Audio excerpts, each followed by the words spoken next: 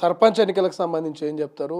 అధికారంలో లేకపోయినా కేసీఆర్ అడుగు బయట పెట్టకపోయినా 40% గ్రామాల్లో సర్పంచ్ ఎన్నికల్లో 40% సర్పంచ్ అభ్యర్థిని గెలిపించుకున్న పార్టీ బీఆర్ఎస్ పార్టీ అని కేటీఆర్ అంటున్నాడు. సో ఏం చెప్తారు? మీరు అధికారంలో ఉండి 60-70%కే పరిమితమయ్యారు.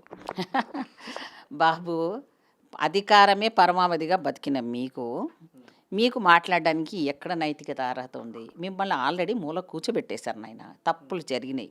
ఇప్పటికన్నా జనాలు గెలిపించారు అంటే ఆ జనాలు ఏ ఉద్దేశంతో గెలిపించారన్నది నీకేమన్నా తెలుసా? కాంగ్రెస్ పార్టీ ఇచ్చినట్టు రేషన్ కార్డులు ఇచ్చావా? ఎన్ని సంవత్సరాలైంది? మీరు 10 సంవత్సరాలు ఉన్న ఒక పేదవాడికి రేషన్ కార్డులు ఇచ్చారా మీరు?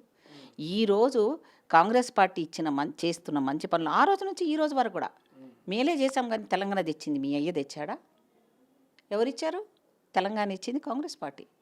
కాంగ్రెస్ పార్టీ లేకపోయిన ఉంటే మీ అయ్య మమ్మల్ని మోసం చేసి, జనాలను మోసం చేసి, పార్టీకి ద్రోహం చేసి, మా పార్టీలో కలుపుతానని చెప్పి నువ్వు ముఖ్యమంత్రి దళితులను మోసం చేసిన నీకు ఇంకా నాకు 40% మేము గెలిచాము కాబట్టి ఆ గెలిపే అనుకుంటున్నావు. అవి గొల్లిపకే కాదు. ఎందుకంటే నిజాయితీగా నిక్కచ్చిగా వేయవలసిన వాళ్ళు వేస్తారు. అది వేసిన ఆ 40% కూడా ఎలా వేయించుకున్నారో అనేది కనుక తీస్తే ఏ రకంగా ఆయనైతే ఓటును బాగా ఎలా కొనుక్కొని ఎలా మేనేజ్మెంట్ చేయాలనేది మీకు తెలిసినంత విద్య మాకు తెలీదు.